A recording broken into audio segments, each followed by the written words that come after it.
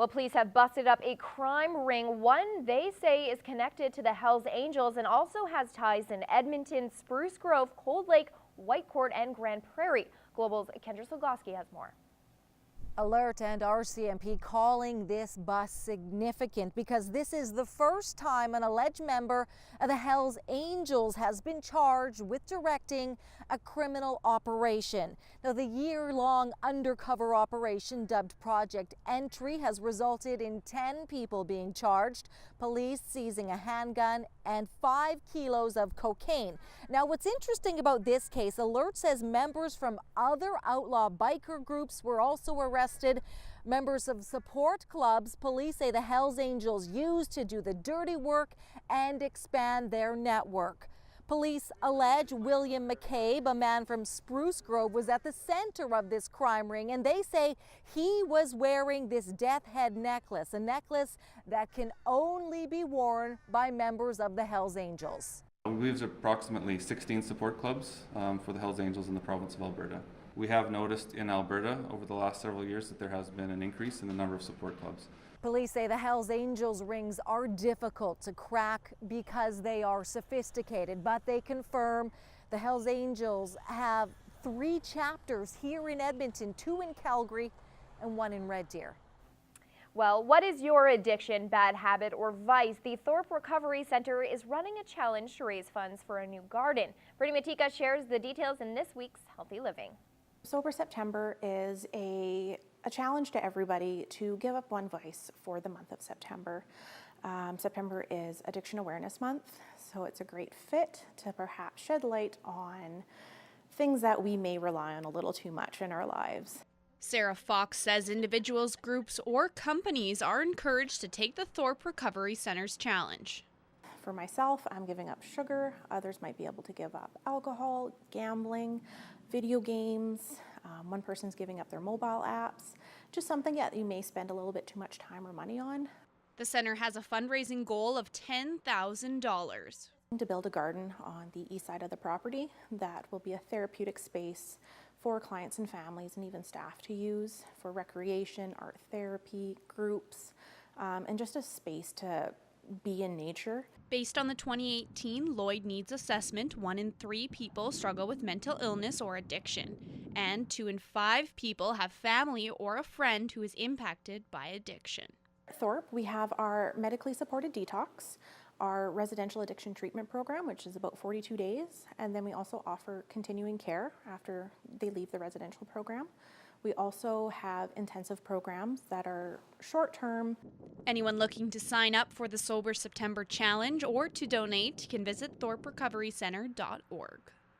Welcome back. Communities bordering Improvement District 349, better known as the Cold Lake Air Weapons Range, will be getting a little bit of help as part of a new agreement. Alberta Municipal Affairs Minister and Lac-La-Biche County Mayor discussed with us how that will impact the municipalities involved.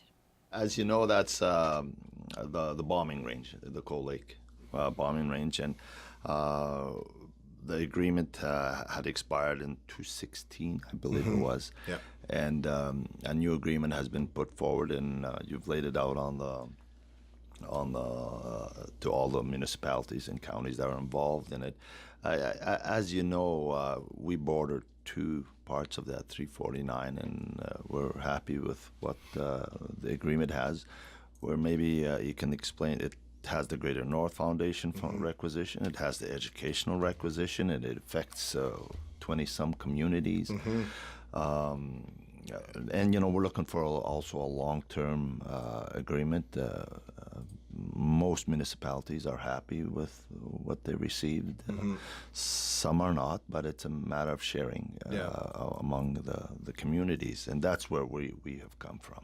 I think that's, I'll pass it over to you, maybe you can explain a little bit on it. Sure, yeah, you're right. I mean, the agreement had come up and expired. So when we looked at it again, and we were trying to find something that was as fair as possible. Like you say, you're not going to make everybody happy, right? But my way of doing business is I look at trying to make things as fair and equitable as possible. So we looked at the region and how we could make a new agreement that would try to help some of the other folks out there, the Métis settlements that are in there, in Elizabeth and Fishing Lake and Glendon and Bonnyville, and these folks that maybe traditionally weren't getting some of the money that they needed to try to help their communities grow and thrive. And Cold Lake gets the majority of the money, and Cold Lake's a great place, and it's growing, and for a long time that really helped them out, obviously. But one of the things we said was, okay, Cold Lake's got some really great infrastructure now, everything's working pretty well, but we need to try to make this work for the rest of the folks too. So the funding came down a little bit for Cold Lake. They still get the majority of the funding, and they have the population too, right? So it makes sense in that respect. But yeah, we also brought forward a committee to talk about priorities for the region, so that they can actually look at, there's another $6 million that they can talk about and say, okay, what's a priority for all of us? Is it economic development in this area? Is it infrastructure over here? Is it wastewater, water, whatever it might be, right? And so that for me was to say, you know what, I don't want to be the one that comes down and says what you should do with this.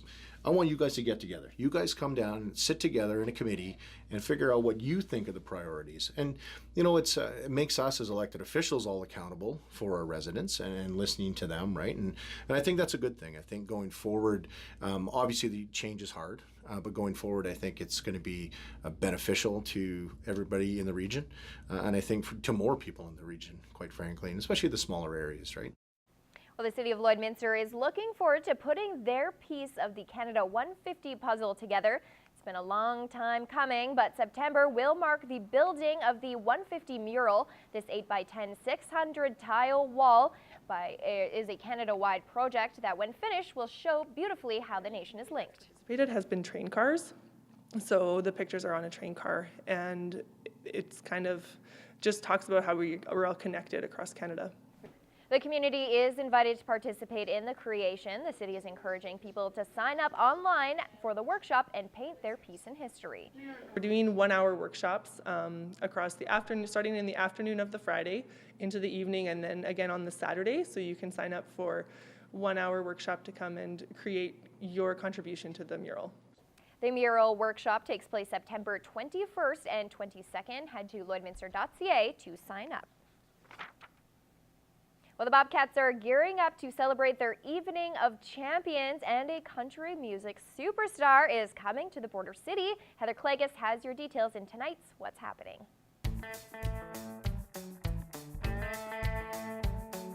The Lloydminster Bobcats are gearing up for their regular season, and you have a chance to support them a week tonight at their annual Evening of Champions. There's going to be some special guests on hand, including the Oilers play-by-play team of Bob Stauffer and Jack Michaels. Members of the Lloydminster Bobcats will be there as well. Plus, they've got a number of auction items that you can bid on to support the team, including a trip to San Francisco and also a chance to see the World Juniors in action in Vancouver and Victoria. If you'd like to get your tickets, stop by the Bobcats office or call 780-871-0900.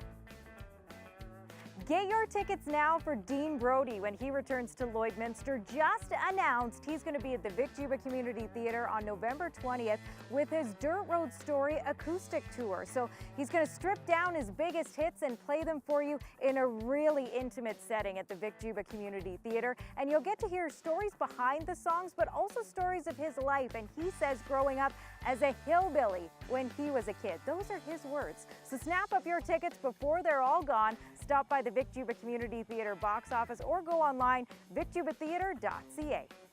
You'd love to have some new tunes for the long weekend, wouldn't you? Well, you're in luck. You've got a chance to win a copy of Dierks Bentley's new album, The Mountain. It includes the hits Burning Man and Woman Amen, which you've heard on Real Country 95.9. And Dierks said he went to the mountains to work on this album, and we would love it if you got a chance to hear it. If you want to win a copy, all you have to do is email your name and daytime phone number to tvcontests@newcap.ca. We want to say thanks to John at Universal Music Canada for setting us up with the music.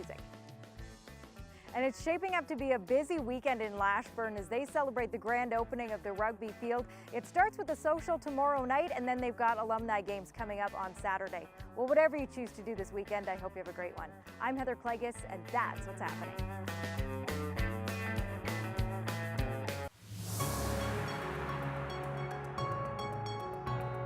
This is Newcap Sports.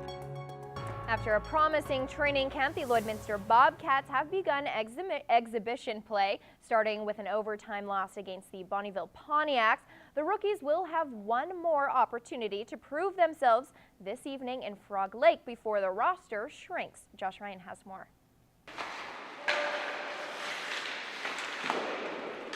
Heading into the 2018-2019 AJHL campaign, the Bobcats are hoping to start this season much stronger than they finished in the spring. This time around, a lack of skill isn't going to be the issue. By all the talent that we had in camp, it was a really good off season, so we're really happy. The biggest focus this summer was improving offensively after posting a league-worst 153 goals last season. With early indications of increased speed and skill throughout the lineup, the veterans are encouraged thus far. With all the scoring that's been going on in camp in our first exhibition game, it's a little more comforting knowing you're probably going to get a lot more scoring. Defensively, the squad will have to lean on Reed Irwin and Zach Ziegler, as well as new addition Riley Hogan, who brings with him a year of experience from the Pontiacs. He's a great puck mover. He showed it here on the weekend at camp, and he's going to be relied on to play some big minutes for us too. Our team right now is looking really skilled, even for a young group, so I'm really looking forward to it. Thursday's contest will give Clayton one more chance to assess the rookies before making cuts to the roster and then turning the elders loose on Sunday. Most of the veterans will be in the lineup with a few rookies, but they're chomping at the bit to get out there and play a game too, so it should be exciting for them. Josh Ryan, Newcap Sports. Well, the plant is prolific in warmer climates, so why take a chance growing it on the prairies? In this week's Agriculture Report, Gerard Lampow meets a producer whose research is paying off.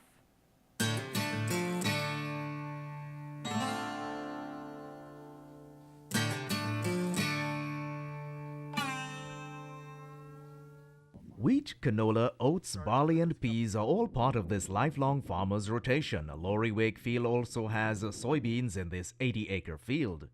Having an extra broadleaf crop to insert in place of a small portion of our canola and a small portion of our peas, we hoped would reduce the future risks of disease problems. Wakefield aims to at least break even, but there's potential to turn a profit. Soybeans need warm soil at 10 degrees or more and then good water management. Some more sunshine in June would have made the plants taller.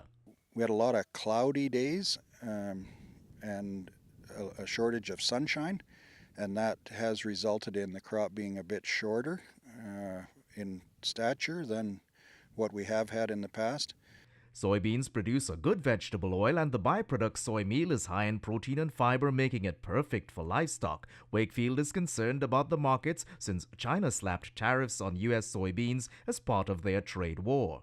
The price is, for the most part, determined on the U.S. commodity exchanges, and with it dropping, it dropped the worldwide price, so we're not sure just what we're going to be able to get. Wakefield thinks prices may settle around $9 a bushel. He's hoping to get yields in the 40 to 60 bushel per acre range. Gerard Lampow, Newcap News.